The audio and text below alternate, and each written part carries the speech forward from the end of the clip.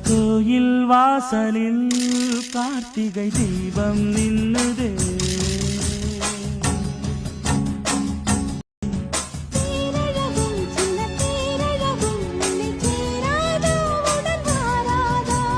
மானழகும் கெண்டை மீனழகும் கண்கள் காட்டாதா இசை கூட்டாதா.